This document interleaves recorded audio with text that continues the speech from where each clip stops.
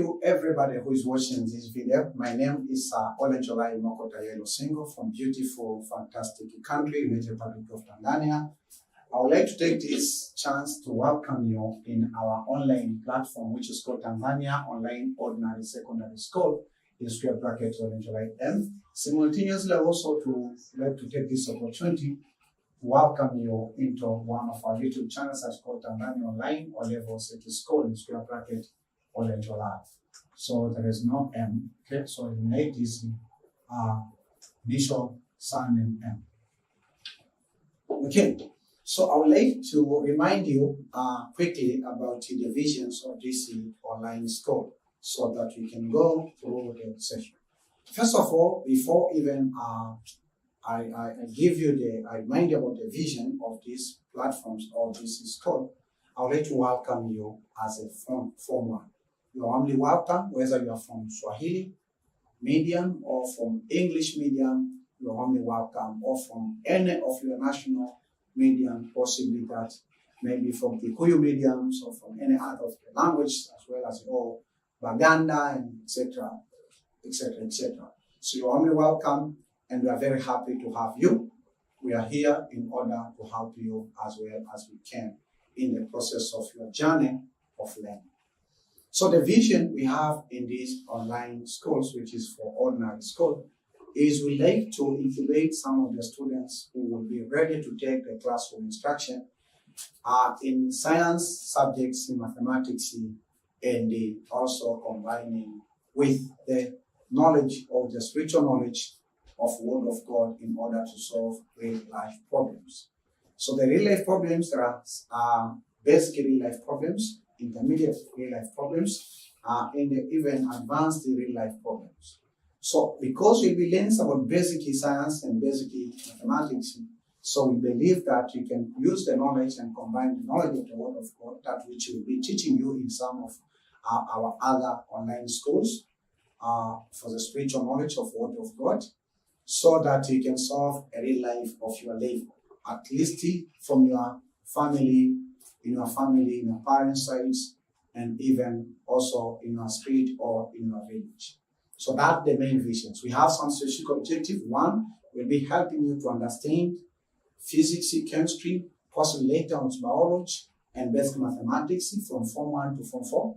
Secondly, we'll be helping you to pass all your continuous assessment in testing, midterm testing, terminal exams, annual exams, and even mock exams, mid exams.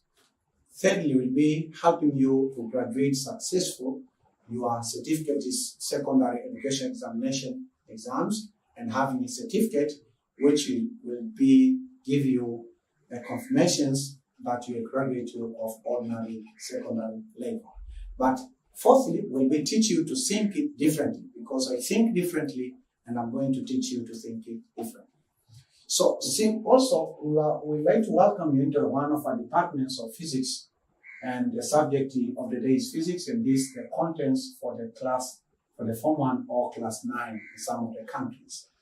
So because our focus will be using the syllabus of United Republic of Tanzania, and you have to refer, you have to recall this, the quick review.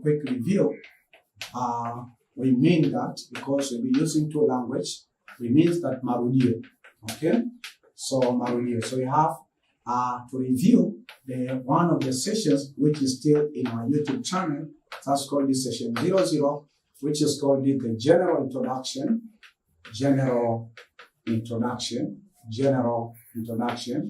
of what? General introduction of what? Of physics Form 1. Okay?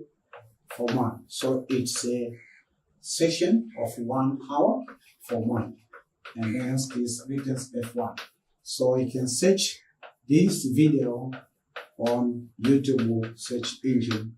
In square bracket also, you have to include the Olenjolai as my unique identification. So we'll be using the syllabus of United Republic of Tanzania, as I said. So in Tanzania, we are in Form 1, the government and even the private or any schools enroll students from two types of school, from English medium and Swahili medium. right? What does it mean? In this medium, they learn their primary education or fundamental education in English for all the subjects except in Swahili. In Swahili medium, they learn all the subjects, all the 60 subjects in Swahili, except one subject which is called English, which is it's a little bit difficult. Myself, or historically or originally, I did my primary educations in Swahili medium. So I know that it's a great challenge to change from Swahili language into English language. So that's why that for all the 3 subjects, basic mathematics for one, basic physics for one, and chemistry for one, I'm going to teach it by using 2 languages. So for those who didn't understand what I've been saying, especially my friends who are from Swahili mediums, I would like to repeat these introductions in Swahili. Habari za saizi, ndugu mtazamaji unayotazama kipindi hiki cha somo la physics. Napenda kuchukua nafasi hii kukaribisha katika shule ya elimu mtandaoni inayoitwa Tanzania Online Ordinary Secondary School katika mabano Olenjolai. Na pia tuna YouTube channel yetu ambayo inaitwa Tanzania Online O-Level Secondary School na ambayo kwenye mabano inaitwa Olenjolai. Napenda kukumbusha maono ambayo tunayo au ninayo katika shule hii ya kwenye mtandao. Maono makubwa ni kwamba niko natamani kuweza kuwalea au kuwafundisha baadhi ya wanafunzi, sidhani kama wote, kama tupata neema kuwafundisha wote ni sawa, lakini baadhi ya wanafunzi ambao wana maono katika hisabati na science, na pia kitu kikubwa ambacho nitakachowapa au nitakachojitahidi kuwajenga ndani yao namna gani ya kuambatanisha elimu ya darasani katika masomo ya science na hisabati pamoja na elimu ya ufalme wa mbinguni au elimu ya neno la Mungu, ili kuweza kutatua matatizo halisi kwenye jamii wanayotoka hao wanafunzi, kwa sababu ndio nia kubwa ya kwenda shuleni. Lengo kuu kuona wanafunzi wetu wakiwa wanaendelea kusoma kidato cha 1 mpaka cha 4 wanatatua matatizo kwa kutumia ujuzi wanaopata darasani, na hata baada ya kumaliza ukipata nafasi ya kuendelea na diploma au maana na stashahada, kupata nafasi ya kuendelea pia na elimu ya kazi ya juu ambayo inaitwa advanced education, sawa. Lakini wakati wakiwa wanaendelea, lakini wanaweza kutumia maarifa hiyo waliyopata katika manake shule za kati ambayo inaitwa ordinary secondary education, ili kuweza kutatua matatizo mbalimbali. Kwa hiyo kwa nia hiyo au kwa sababu hiyo napenda kukaribisha na naomba nisikie tu furaha na nisikie amani, kujalishi kwamba hujui Kiingereza. Kuna topic nyingi sana au kuna mada nyingi ambazo utakazozisoma kwenye masomo ya matatu, ambapo nitakuwa nafundisha Kiswahili, Kiingereza. Lakini ninachokuomba wanafunzi kwamba naomba uwe makini sana katika unapokuwa unajifunza, kwa sababu nikifika nafundisha pia kidato cha 2 masomo haya matatu, lakini kwa lugha ya Kiingereza peke yake. Sizungumzi Kiswahili hata kidogo, japo ninajua. Kwa hiyo natumia mwaka huu wa kwanza kujifunza Kiingereza na kubadilisha vile vitu vilivyosoma shule ya msingi kutoka kwenye lugha ya Kiswahili kuja katika lugha ya Kiingereza. Kiingereza sio kigumu, na tuendelee tu kwamba kwa pamoja. Pia huenda katika siku za mbeleni nikakutangazia kwamba nitaanza kufundisha pia Kiingereza kwa wale ambao hawajui, kama mimi nilitoka shule ya msingi kwenda sekondari kwa sijui Kiingereza kabisa. Kwa hiyo ilikuwa ni wakati mgumu sana. Kwa hiyo basi tuna idara 3 katika shule hii. Tuna idara ya fizikia, idara ya kemia na idara ya hisabati. Na leo tuko katika idara ya fizikia, somo la fizikia kwa ajili ya kidato cha 1 au darasa la 9.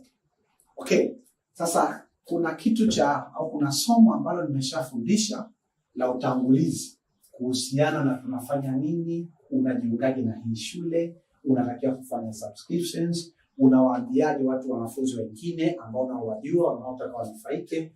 Kwa hiyo kwenye session 00 ambayo inaitwa General Introductions of Physics Form 1, maana yake kwamba utangulizi wa jumla wa somo la fizikia kidato cha 1 alafu kwenye mabano na Olenjolai. Kwa hiyo ukienda katika YouTube search engine, ukienda katika channel hii, YouTube channel hii, maana katika dirisha au katika chombo hiki cha habari cha kwenye mtandao, unaweza ukapata hili somo, na ninakushauri uweze kujifunza hili somo kabla haujaja katika hili somo la leo ambalo sasa nakuchukua katika ngazi nyingine. Okay? Kama una maswali unaweza kauliza kwenye comment section hapa. Na kuna kitu kimeandikwa comment section, bonyeza pale, alafu unaweza ukauliza maswali yako kadri ambavyo unavyoendelea.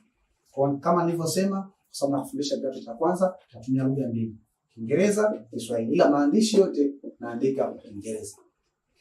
Sawa, ili kuanza kukufundisha. Ila kikubwa ninachokuambia kwamba masomo ya sayansi na hisabati ya kidato cha kwanza ni marudio ya vitu ulivyosoma darasa la 5, darasa la 6 na darasa la 7, ila kwa lugha ya nini? Ya Kiingereza. Sawa? Okay. So let us continue. So let us go kwenye hii quick review kwenye haya marudio. I presented to you first of all about vision of the school. This in short you can call it TOO, TOOSO. TOOSO means Tanzania Online O-Level Secondary School in square bracket Olenjolai. So that's what I've explained. But also I've explained that how you can be registration. I explained to you about registration. Registration to what or into also. Okay? And then in that video I've explained to you about how we call it the big picture, or the big picture of science. Like a picture kubwa ya science. Alafu pia I've explained to you about reference book, vitabu vya rejea unaotakiwa kujifunza physics, reference books and material. Okay? And hence also I explained to you about after reference books, we say that textbooks, question books. I've explained to you also about another thing, which is topics of formula, topics of physics or formula. Okay, or formula. So I explained to you about how you can get registered. You should have an email, etc. Kwa hivi ndio vitu ambavyo nilivyozungumzia katika video hii ya session 00 bado ipo kazo kaipata. So let us go to the today's sessions, which is session or period 1, right? So it's session 1 or period 1. So I can continue with this labeling, okay? So this is period 1, okay? So we say that, let me start, branches. Branches, maana yake kwa Kiswahili matawi. Okay? Branches of what? Branches of science. In case you find that I'm teaching you quickly, you can stop. You can revise this video several times. So ukiona kama nafundisha haraka, unaweza kurudia video hii mara nyingi mpaka uelewe kile nilichokuwa nakufundisha. So we say that there are three branches. Kuna matawi matatu ya science, ile science ambayo umetoka nayo unasoma shule ya msingi. There are 3 branches of science. Say science. Say branches. So there are 3 branches of science. Okay? These branches are, the first branch of science, we call it physics. Say physics. Okay? The second branch of science, we call it chemistry. Say chemistry. Say chemistry. Say physics. Say chemistry. And the third branch of science, we call it biology. Say biology. Okay? So in Swahili physics, we call it physikia. Okay? In Swahili chemistry, we call it chemia. Okay? And then in Swahili biology, we call it biology. Okay? So we'll be defining each subject. What are defined, tutatafsiri ni maana physikia, ni maana chemistry, ni maana biology. Kwa hivyo kwa shule ya msingi ulikuwa unasoma somo la science, ndani yake kuna masomo makubwa matatu. Physikia, kemia, biology. So unapofika sekondari, manake unaanza kuanza sasa hayo masomo yanakuwa yanagawanyika katika makundi matatu, na kwa masomo matatu ndani ya somo la science. Kwa somo la kwanza linaitwa nini? Physikia, la pili kemia, tatu biology. So you have 3 subjects. So when you have been in primary educations, you'll be learning general science. We call it fundamental science or basic science. Okay? So when you reach to the ordinary secondary educations, the subject of science is divided into 3 branches. So it means that the subject of science in primary gives us 3 subjects of science in ordinary level. That's called the physics, chemistry, and biology. Right? Good news, in this channel or in these programs, I'm going to teach you physics, chemistry, from the first topic to the last topic, from 1 to Form 4, from 1 to Form 4. Keep on praying, possibly I might teach you biology from 1 to Form 4. Habari njema ni kwamba nitakufundisha fizikia kidato cha kwanza, cha pili, cha tatu na cha nne, na kemia kidato cha kwanza, cha pili, cha tatu, cha nne. Lakini endelea kuomba, Mungu anitie nguvu, naweza kufundisha pia biolojia kidato cha kwanza mpaka cha nne. Okay? So it means that physics, we get the subject of physics from where? Science. So simply say that this subject of science, okay, I can just write in this way because I want to show you where does physics come from. Nataka kuonyesha kwamba physics inatoka wapi. Okay? So science gives us 3 subjects: physics, chemistry, and biology. Okay? So then we say that we have physics. Right? So in case of physics, you say that or level subject, or level, it means that the ngazi, ordinary level, okay, or level physics is subjects. Okay, physics subjects. The subjects of what? Okay, physics is subjects. So what does it mean? We mean that here now we have science, or we had science, tulikuwa na somo la science, tulikuwa tunasoma shule ya msingi. Sasa hivi likatupa somo la physics. Okay, but the subject of physics in O level also gives us 3 subjects. 4, not 7. Excuse me. 4 subjects. Okay? So we have what? We have physics, physics from 1. We have also physics from 2. And what else also I'm going to teach you? We have also physics from 3. We have also physics from 4. Okay? So let me write clear. There I wanted just to show you. Kwa hapo manake somo la physics kwa elimu ya sekondari ngazi ya kati manake ina masomo ngapi? 4. So we say that there are 4 subjects of physics in O level education, in honor level education. These are higher name. These are the first one, physics from 1. The second subject, physics, which I'm going to teach you, physics from 2. The third subject is called the physics from 3. And the 4th subject is called the physics from 4. Okay? So you have those 4 subjects. So today we are learning physics for 1. I believe you have finished the copy. We need serious students. You should have your exercise book.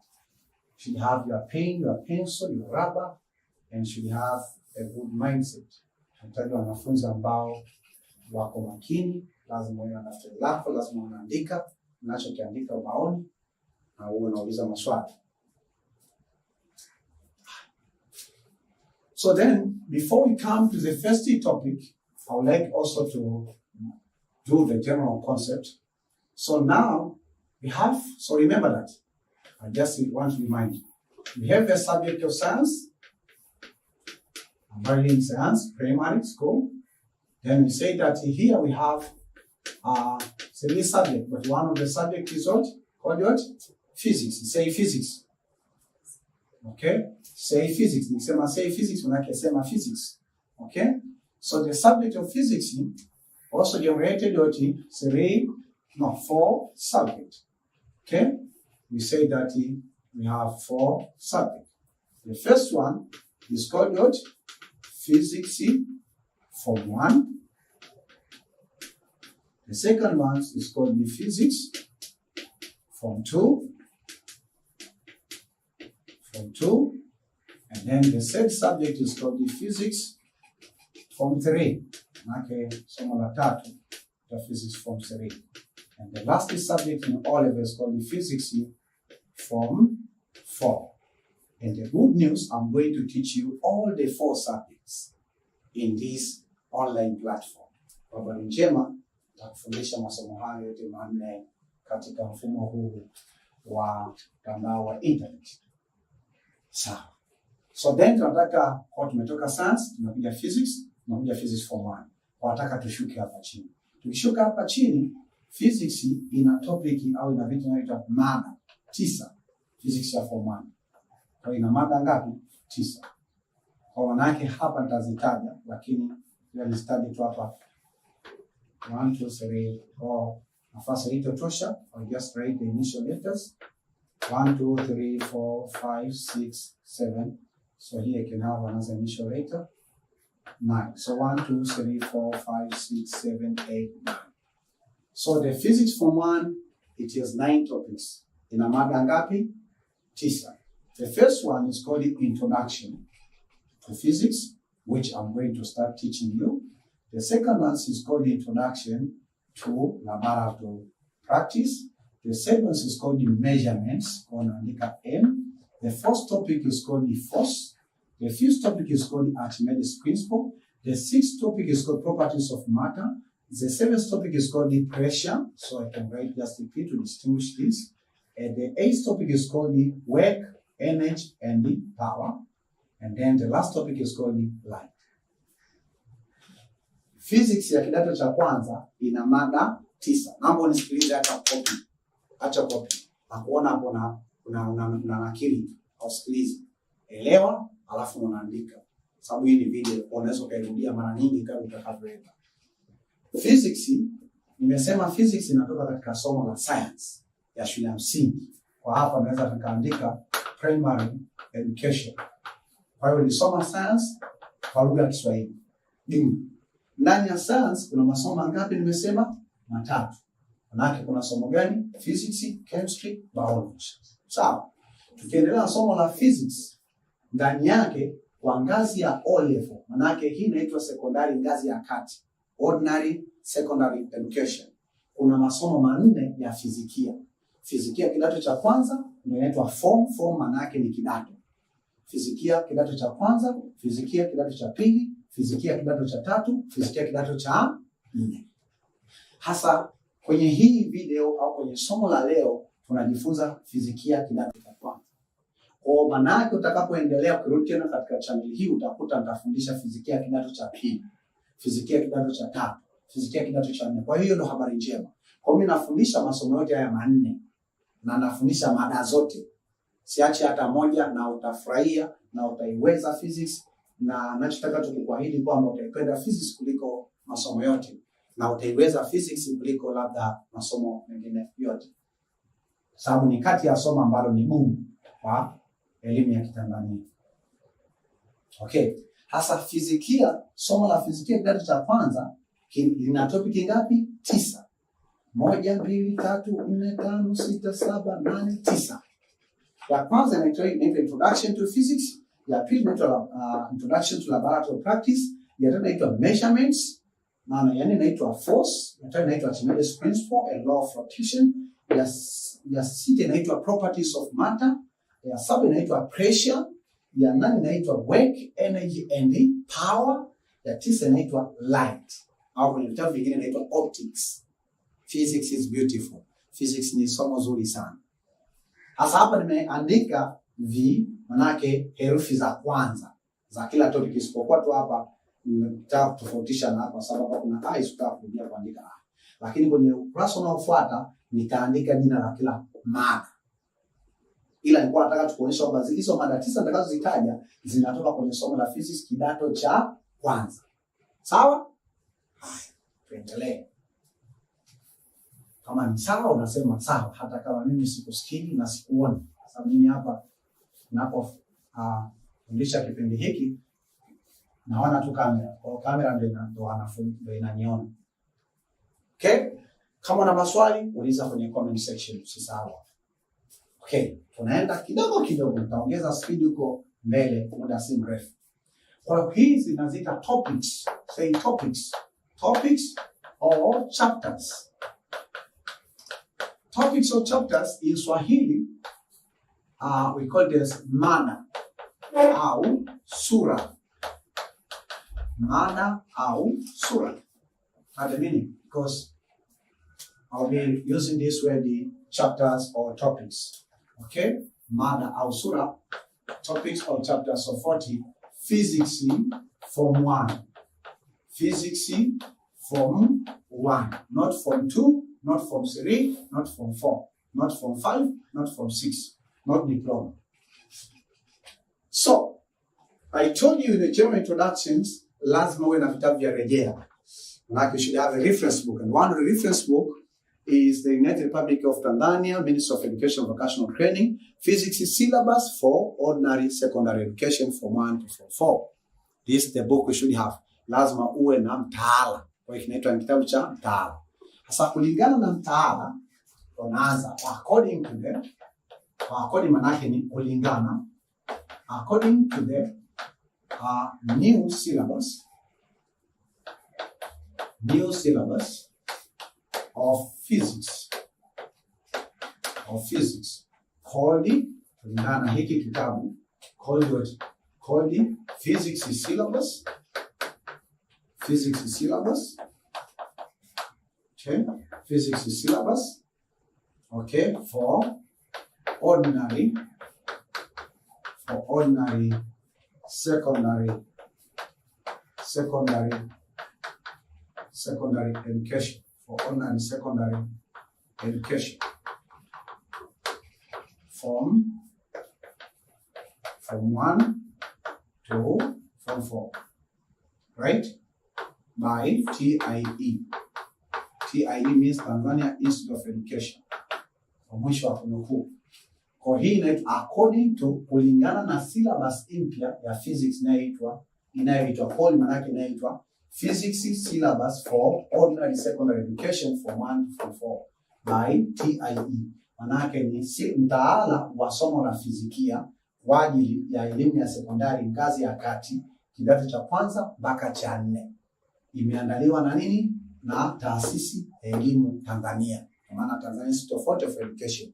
Ndio hiki kitabu ambacho nimesema kila mwanafunzi yoyote wa kwangu na hata ambaye sio wa kwangu lazima awe na hiki kitabu au kopi yake. Na nimesema kwamba pia kama hauna hiki kitabu usiumie sana. Soma descriptions ya hii video utaona kwamba kopi ya hiki kitabu au kitabu hiki ninauza shilingi ngapi na naweza nikakutumia mkoa wote Tanzania. Habari njema. So according to this nasema kwamba there are 9 topics. There are 9 topics of 40 of physics. Topics or what? Or chapters. Topics manake nini? Sura. Of physics. Physics what? Physics form 1. These are is a topic these are, so we have 9 topics. So let me mention them. I will mention them in series. Nazitaja kwa mtiririko kuanzia mada au sura ya kwanza mpaka ya 9. 9 manake ni 9. Okay? The first topic for the physics form 1 is called the introduction. Say introduction. Introduction manake ni utangulizi. Introduction to what? To physics. Ambayo ndio hii nimeiandika. Introductions to what? To physics. Hiyo ndio sura ya kwanza. Manake tunakupa utangulizi wa physics ambao ndio nimeanza kufanya. The second one we call it introduction to laboratory practice. Tuna somo la fizikia. The physics subject is experimental subject. Okay? introduction to laboratory practice. This is experimental subject, and because it's experimental subject, laboratory practice, then a student should not learn physics only on the exercise book or on the book, but the students also should conduct the experiment. And these experiments are conducted in laboratory. When you have been in primary education or primary school, no any physics laboratory, no any science laboratory. So you didn't do any experiment, except a few of them, and it was a demonstration. But when you are in secondary education, when you'll be doing the Form 4 exam, we have physics theory and physics practical. Namaanisha nini? Hii inaitwa utangulizi. Hii ni utangulizi wa somo la fizikia. Hii maana inaitwa utangulizi wa maabara. Maabara maana yake ulipokuwa uko shule ya msingi ulikuwa unasoma somo la science, lakini hakuwa na maabara kufanya vitendo, kwa kuonyesha kile mlichokuwa mnakisoma, kwamba kwa mfano kwamba umeme, au tunasema kwamba labda kuna sheria fulani kwamba kwa nini meli inaelea, na kwa nini nikiwa na coin ya shilingi 500 au shilingi 100 nikizamisha kwenye maji na zama, lakini meli kubwa ile inaelea. Kwa hiyo manake haina maana kwamba kwenye maabara ya fizikia mtaanza kuonyesha au ina meli, lakini taanza kuona udhihirisho na uthibitisho wa baadhi ya sheria ndogo ndogo ulizokuwa unajifunza za somo la fizikia. Kwa hiyo kuna sheria, kwa sababu vile kuna vifaa ambavyo vinahitaji kutunzwa, na vile vifaa pia vinaweza vikamuumiza wanafunzi wakati wanapofanya. Kwa hiyo ndivyo ninavyokupa utangulizi wa kwamba utakuta nini kwenye maabara ya fizikia. Kwa maana introductions to laboratory practice. Mada ya 3 is called the measurement. Measurement. Say measurements. Measurements. Say measurements. Measurements. Say measurements. Say measurements. Measurements manake ni vipimo. Hii ni kati ya ni mada ndefu kuliko mada zote za fizikia.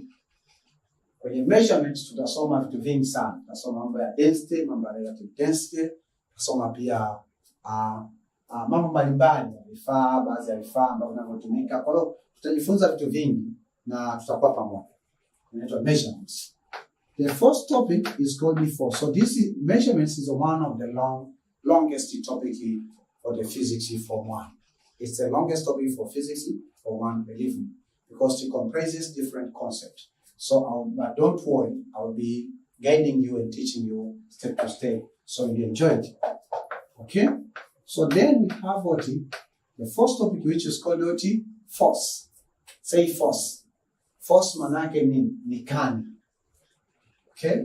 Manake hii ni mada ambayo tutajifunza aina mbalimbali za force, na physics kwa kweli inahusu sana mambo ya force au mambo ya kani. Okay?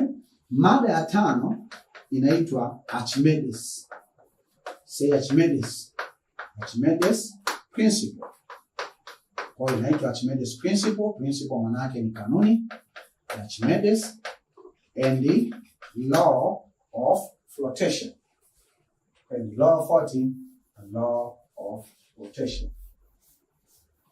Labda naenda haraka sana, sijali, video ipo. Utaiangalia video na kurudia mara kwa mara mpaka utaelewa ninachofundisha. Archimedes principle and law of flotation. Archimedes principle and law of flotation. Okay? Hiyo ndo mada ya 5. Hii itatueleza kwamba kwa nini boti au meli ambayo imebeba watu wengi sana inaelea, wakati shilingi 10 kitumbukiza kwenye maji inazama. Kwa itatueleza. Lakini pia itatueleza kwamba kwa nini jiwe au kwa nini chaki, kwa nini kwamba labda nikiwa na hii sponge nikitumbukiza kwenye maji inaelea, lakini nikiwa tu na kijiwe kidogo nikitumbukiza kwenye maji inazama. Kwa huyu mwanasayansi anaitwa Archimedes principle alifanya majaribio haya. So in this first topic we'll be getting the answers of the physics phenomena. And one of the physics phenomena we'll be discussing about the stuff, or we call them vehicles, which are moving in oceans or seas, right? So that's what, so you get the answer why a ship or a boat is floating while a stone or just a coin of 500 of any country is sinking in water. Okay? The sixth topic is called the properties of matter. Properties of what? Of matters. Properties of matter. So properties of matter, what does it mean? Manake sifa za mada. Shule ya msingi tulijifunza aina tatu za mada. Mada ya bisi, mada ya kimiminika na mada ya gesi. Huku tunabadilisha tu lugha. Mada ya bisi tunaita solid, mada ya kimiminika tunaita liquid, mada ya gesi tunaita gas. Naona au lugha tu inabadilika. So in primary education, you learn about properties of matter. You learn about solid, liquid, and what? And gas. Also, we'll be covering some of the issues of about the force between the molecules, or between those properties of matter, so between the particles of the solid particle, liquid particle, and gas particle. So don't worry, I'll be taking you slowly because I know what you have learned in primary education, and I will translate it in simple language in secondary education. So that's the sixth topic, right? Very interesting topic, and you'll be learning. And I want to tell you in advance, believe me or not, if you want to be a scientist, you want to be a doctor, you want to be an engineer, you want to be a pilot, you want to be maybe a pharmacist, you want to, wherever that is who you want to be, but in science and mathematics, what I'm teaching you in Form 1, you have to keep it for the rest of your life, even if you'll be doing your PhD studies, or it means your doctorate studies in any field of your specialty in science or mathematics. You will recall and you need this concept that you are covering right now in Form 1. Nobody who had told me. But I was going back several times and reviewing the material because nobody who had told me that I will find the contents or the materials I'm learning in Form 1 when I'll go to undergraduate level. Nini nachomaanisha? Nasema hivi, hivi vitu ninavyokufundisha kwenye elimu hii ya fizikia au somo la fizikia kidato cha kwanza, unatakiwa kuyatunza hata kama ukimaliza mitihani ya kidato cha kwanza na ya pili, na hata ukimaliza kidato cha 4. Tunza hivi vitu kwa sababu kama una maono ya kuja kuwa mwanasayansi au mhandisi au kuwa mwalimu wa sayansi au kuwa mwanahisabati au kuwa mwanafamasia, manake mtaalamu wa madawa ya kutibu wanadamu, unataka kuwa kwamba labda mtaalamu wa madawa kutibu wanyama, kutibu mimea, unataka kuwa daktari, unataka kuwa daktari wa meno, unataka kuwa, kwa hiyo haijalishi kama unataka kuwa fundi wa magari, unataka kuwa pilot, unataka kuwa rubani, unataka kuwa captain, manake nahodha wa meli. Haya masomo na hivi vitu utakutana navyo kadri unavyoendelea. Kwa hiyo usivitupe na usiyatupe madaftari yako, bali yatunze. Na ukifika tu kidato cha 5 au ukifika ngazi ya stashahada ambayo inaitwa diploma, mwaka wa kwanza, utakumbuka ninachokwambia. The 7th topic is called pressure. Say pressure. Pressure, this is not a new term for Swahili speakers. Ni bwana pressure. Pressure imepanda, pressure imeshuka. Hasa hiyo ni biological pressure. Na uzungumzia pressure, nazungumzia kwamba shule ya msingi tulisoma mada inaitwa mgandamizo. Sawa? Kwa mgandamizo, kwa kuna mgandamizo na mgandamiza kitu ambacho ni hewa au kimiminika, mgandamizo kabisa. Kunaita nini? Kwa hii ndio mada inaitwa pressure, ni mada ya 7. So the 7th topic is called the pressure. We are not talking about high pressure and low pressure.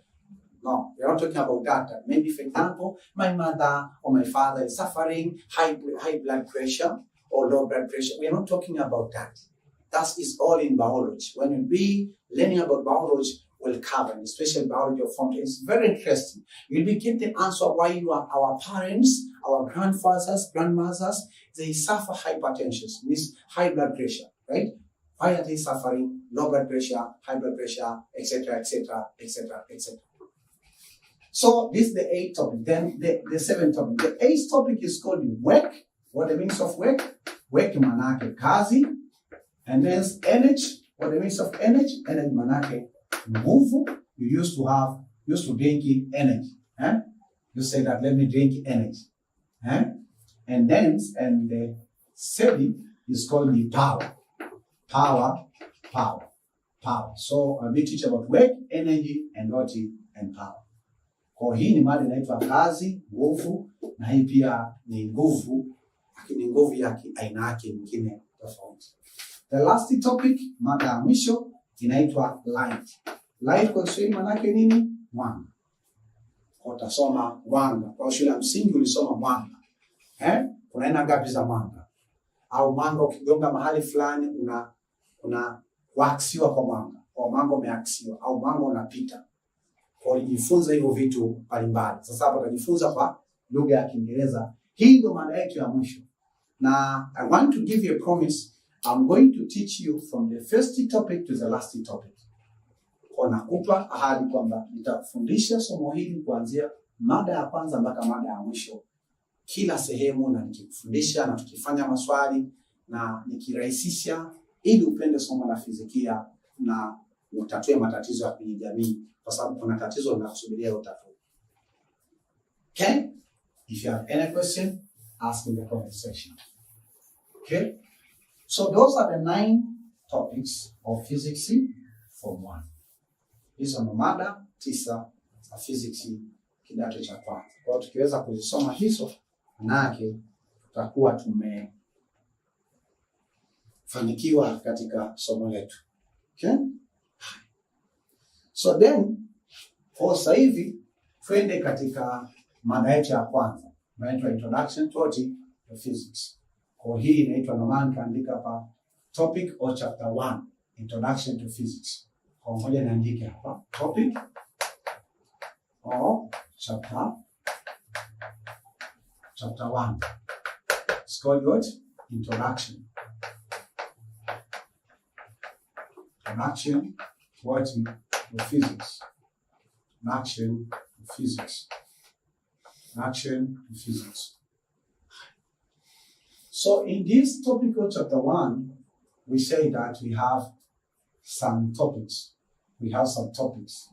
Okay? Kwa hiyo hapa nataka niseme kwamba subtopics. Subtopics manake vimada vidogo ndani ya mada kuu. Mada kuu inaitwa nini? Introduction to Physics. Subtopics of what? Of introduction. Say subtopics. Subtopics of introduction. Introduction manake nini? Utangulizi. Kwa hii introductions to physics manake utangulizi. Ngoja niwasaidie ndugu zangu wale wa Swahili. Kama ni utangulizi wa nini? Wa fizikia. Sababu unajua na mimi pia nilipokuwa niko kidato cha kwanza, sema introduction kwa shida kidogo. Subtopics of what? Introduction of what? Of physics. Introductions of physics. Okay? Katika introductions of physics, what do we say? So we say that according to the new syllabus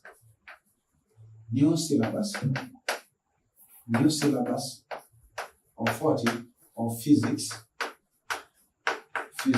for ordinary secondary education, from 1 to form 4 of Tanzania. So he said that there are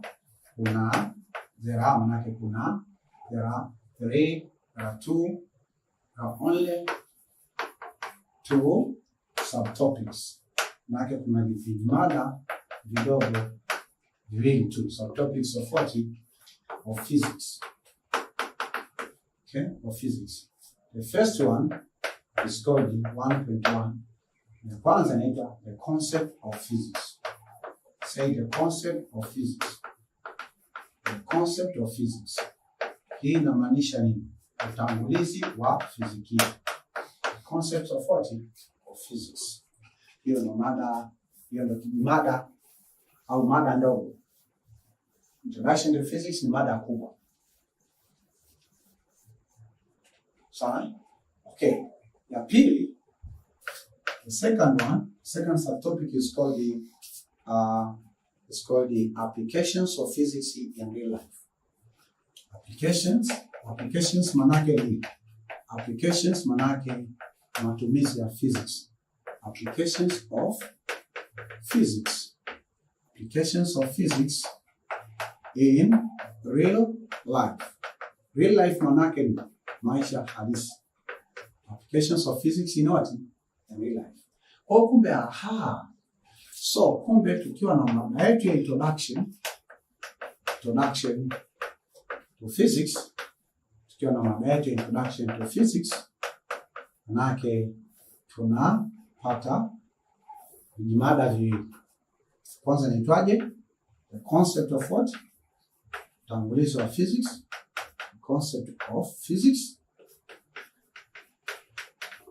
Alafu na pili, we call it applications.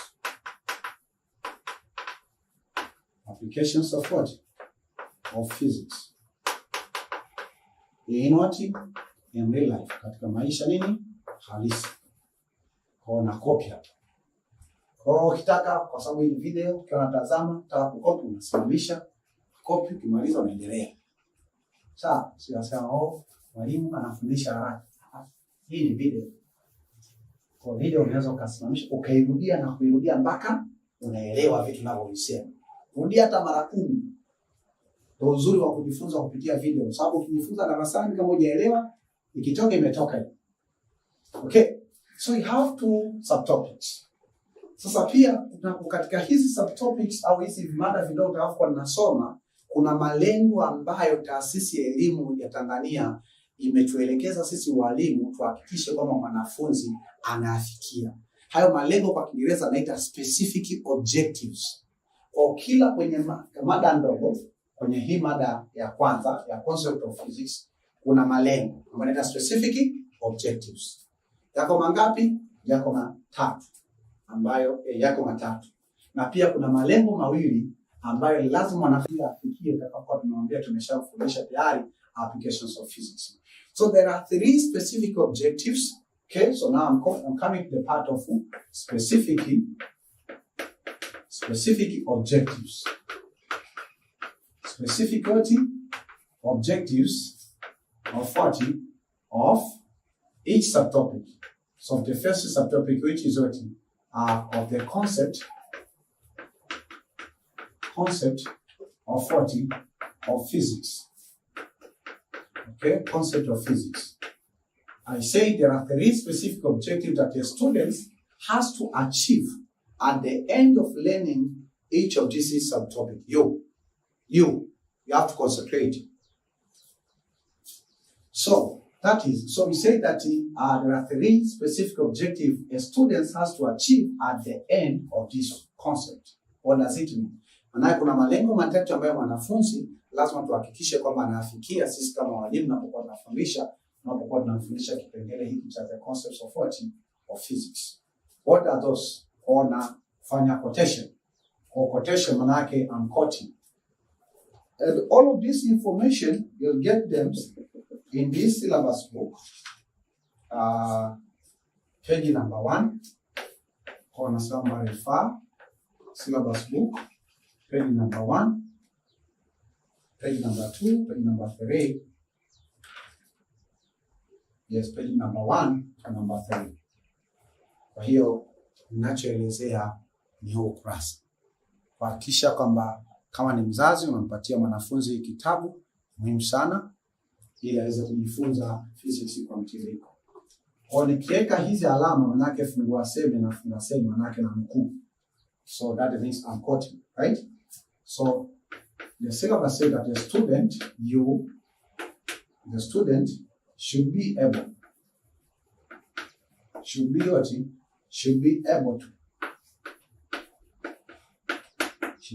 to manake lazima mwanafunzi aelezee, able to explain manake elezea the concept of what? Of physics. Manake kwamba kipengele cha physics. Hiyo ni A. B. The student should be able to establish what? The relationship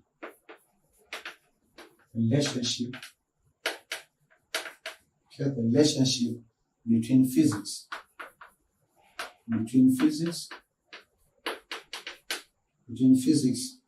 and other subjects.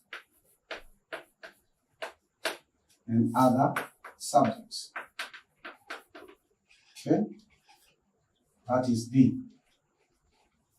So kuna hayo malengo mawili ambayo mwanafunzi lazima yafikie tunapofundisha kipengele cha the concept of what of physics.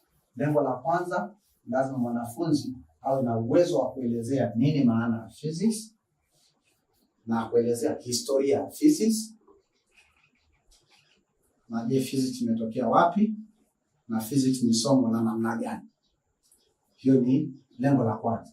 Lengo la pili, mwisho pia wa kujifunza hiki kipengele cha concept of physics, lazima mwanafunzi ajue uhusiano.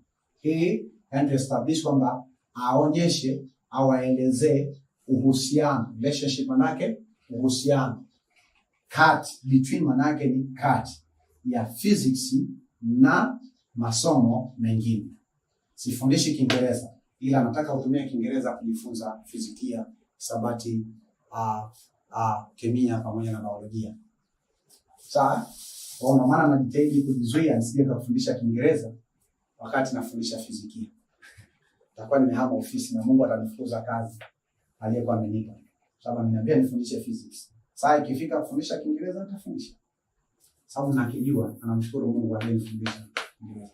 So, the third specific objective is a student of physics, you should be able to state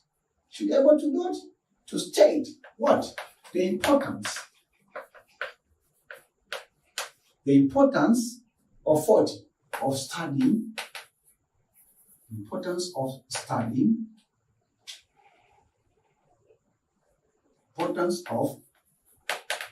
studying physics.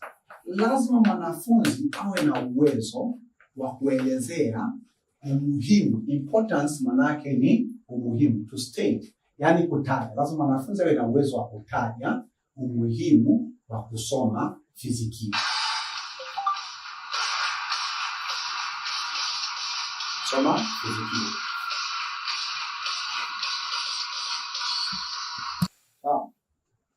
Haya, kwa lazima mwanafunzi aweze kutaja nini? Umuhimu wa kusoma somo la nini? La fizikia. Hii ndio mwisho wa kunukuu. Hayo ndio malengo matatu ambayo mwanafunzi anatakiwa kuyafikia anapokuwa anasoma kipengele au mada ndogo ya concept of what? Of physics, ambayo nimeitaja hapa. Kwa naenda tena kwa nini? Specific objective, malengo ambayo taasisi ya elimu ya Tanzania imeyaweka kwa specific objectives, okay, of what? Ya kujifunza kipengele gani? Kipengele cha pili, of application. Application of what? Application of physics. So applications of physics, okay, physics in real life.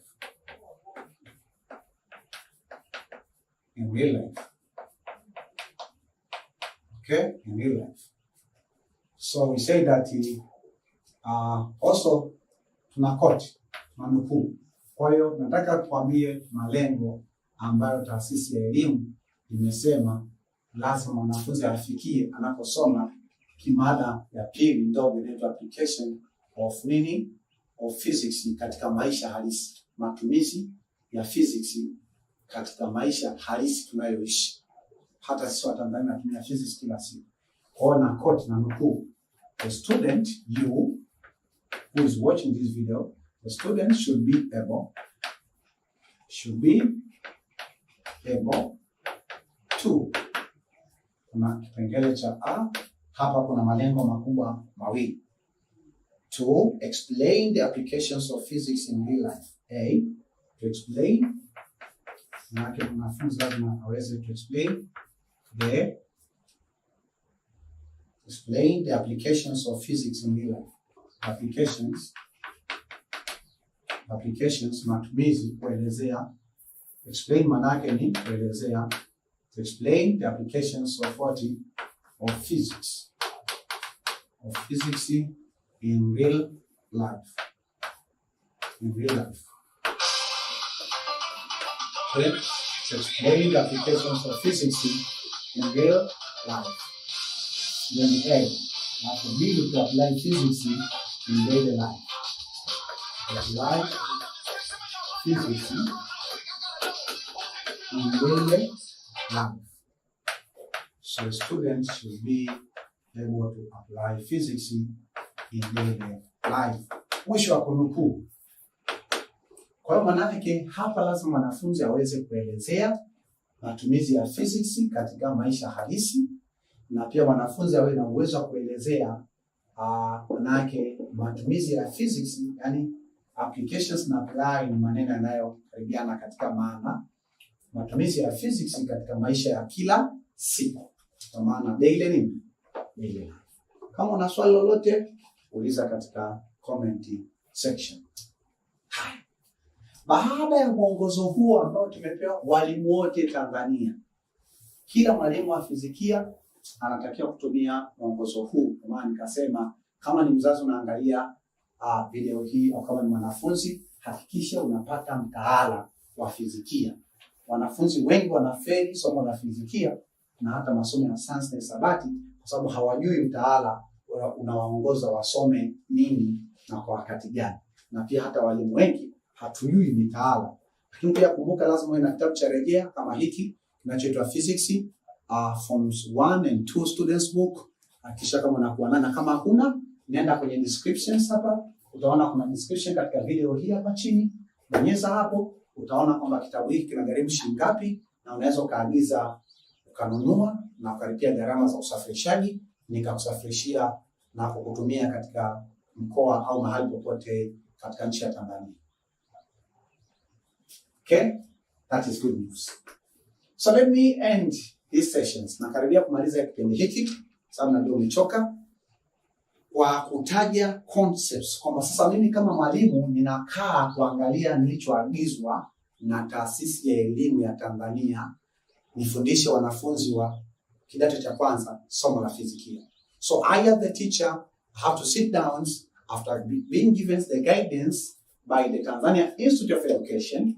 And even because the physics is universal, so when it's dealing about introduction to physics, is worldwide. So whether you are in Serbia, whether you are in United Kingdoms, whether you are in Australia, whether you are in Asia, whether you are in North America or in South America or in Canada, introduction of physics is still common. However, that we used to take a focus on the syllabus of the Republic of Tanzania. So don't get confused with mixing Swahili and English. Don't worry about that.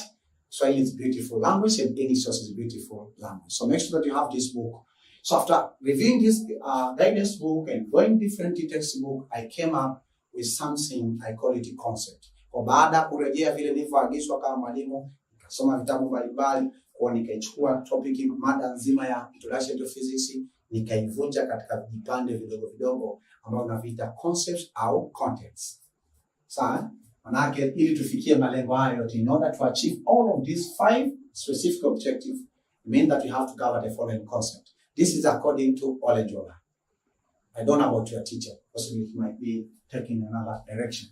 So this I call it contents. Contents manake ni vijimada. Contents are concepts. Okay, concepts. Okay, concepts of 40 of introduction. Nake topic yetu mada yetu inaitwa nini? Introduction to physics. Okay, introduction to physics. Introduction to physics. Okay? Okay, so the following are the contents of introduction to physics according to Sir Olenjolai. Okay? So the following, so we say that the following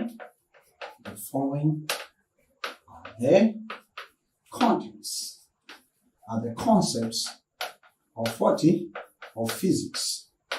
Maana neno following manake zifuatazo, kwa hizo concept za nini? Za physics, za introduction, sio za physics, the introduction to physics. Do you love physics? Tell me in the comment section if you do love physics. For me, I love physics. Unapenda somo la fizikia? Niambie kwenye comment sections kama unapenda. Pia niambie unaangalia video hii kutoka katika shule gani, kijiji gani, taa gani, wilaya gani, mkoa gani, kanda gani, kanda ya kaskazini, kusini, katikati mwa Tanzania. Niambie kwenye comment sections. Nitafurahi kujua kwamba manake ujumbe huu umefika wapi. Haya. So the first concept that we have to cover is the one that I've already presented, called general introduction. So general introduction. Kumbuka general manake ni introduction, ni utangulizi wa jumla. General introduction of what? Of physics. Manake nimekupa utangulizi wa jumla wa somo la fizikia. The second concept, kipengele cha pili nitakachoenda kufundisha, nitakufundisha kwamba the meaning or the definition. Say definition. Definition manake maana au meaning of what? Of science. Kwa nitakufundisha nini maana ya science. Somo utakalofuata na kipindi kitakachofuata, kipindi cha pili, kitakuwa ninakufundisha nini maana ya science. So the next session, which I invite you in advance, which is session 2, okay, of physics for month, I'll be teaching you about the definition or the meaning of the science. Where that in science, we get the 3 subjects: physics, chemistry, and biology. So I'll teach you what the meanings of science. That's the homework that I'll be leaving to you. Define science.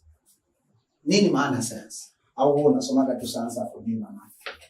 Mimi sitaki watu ambao wanasoma vitu hawafahamu maana.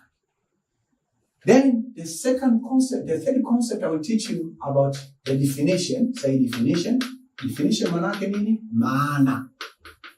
The definition of what? Of physics. It's really challenging to teach in 2 languages. Changamoto kwa kufundisha kwa lugha mbili, Kiswahili, Kiingereza. Lakini sasa tunafanyaje wakati ndio wa Tanzania tulivyo? Okay, so the definitions of what? Of physics.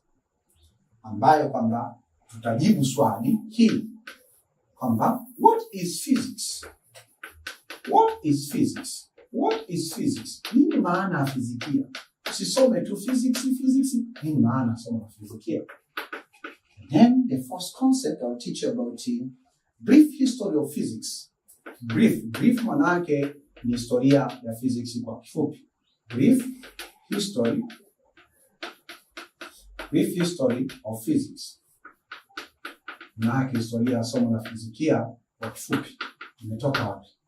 Alikuwepo kwenye karne kadhaa zilizopita. Then I'll teach about what? Relationship. How does physics relate with other subjects, with other science subjects, social science subjects, relationship between physics and other subjects. Between, nimekwambia manake nini? Uhusiano kati ya somo la fizikia na masomo mengine. And other subjects. Other manake mengine. Subjects manake somo. Then the 6th concept, I will teach you about different areas of physics. Different areas. Physics naikuta kwenye maeneo gani? Different manake ni maeneo mbalimbali. Different areas of what? Of physics. Then kipengele cha 7 tutafundisha kuhusiana na importance of physics. Nini umuhimu wa physics? Importance of what? Of physics. Importance of physics. Alafu kipengele cha 8, the 8th concept, I will teach about applications of physics. The 9th concept, I will teach about problem solving. Tutafanya maswali yanayohusu introduction to physics. Natoka kwenye mitihani. Nitakuwa ujiulize mwenye applications of physics in real life. So 1.8, I will teach about applications. Ambayo ndio lengo moja. Applications of physics. Applications of physics in real life. Then 1.9, I will teach about problem solving. If I will find something which is meaningful, I may add. Problem noting, problem solving. Tufanya maswali ya introductions to physics. Manake tukifika hapa, tutakuwa tumefika mwisho wa mada ya kwanza. Ambayo inaitwa introduction to what? To physics. Okay. Possibly you might be astonished or fearful about physics from the beginning. This is just beginning. Everybody who met with physics for the first time, even myself who is teaching you, I was kind of astonished with the change of the environment from science, general science, to the physics. But don't worry about that. I'll be helping you step to step so that you may enjoy the beauty of physics. And believe me that it will become like a chorus of your favorite song. So you make physics like a chorus of your favorite song. Okay, so I would like, this is the end of this session. I thank God who have been with me in the preparations of this session. This is session 1 of Introductions to Physics, Form 1. And then I give God all the glory and praise who have been with me and who have helped me to teach you by using 2 languages. It was not a simple business, actually, but I thank God He has been just intersecting along the way. So I invite you in the session 2, when I'll be teaching about the meaning or definitions of the science, and possibly might go even the meanings and the definitions of physics, and I'll be taking you step to step. So don't miss the next session. Make sure to join, invite your friends, make sure that you subscribe onto our YouTube channel, and make sure that we meet in the second session, in the next sessions, and you have to make sure that you increase your seriousness. So make sure that we will be together. So nakushukuru kwa pamoja na mimi, na namshukuru Mungu kwanza aliyekuwa pamoja nami katika maandalizi ya kipindi hiki. Kwa mwisho wa kipindi cha kwanza ambacho kinaitwa General Introductions of Physics, manake utangulizi wa somo la fizikia kidato cha kwanza kwa ujumla, na kualika katika kipindi cha pili ambacho nitaanza kufundisha ni maana ya somo la science na nini maana somo la fizikia. Kwa hiyo usikose. Mweleze mwanafunzi mwenzako wa kidato cha kwanza kwamba kuna habari njema imekuja ya kujifunza somo la fizikia kwa njia ya mtandao katika nchi nzima ya Tanzania, muda wote na saa yote na mahali popote pasipo kuweza kufungwa. Manake jambo lingine pia, tuendelee kuwa pamoja na hakikisha kwamba kipindi cha pili physics isikutishe. Wote tuliokutana naye kwa mara ya kwanza tulijua kabisa kwamba haiwezekani.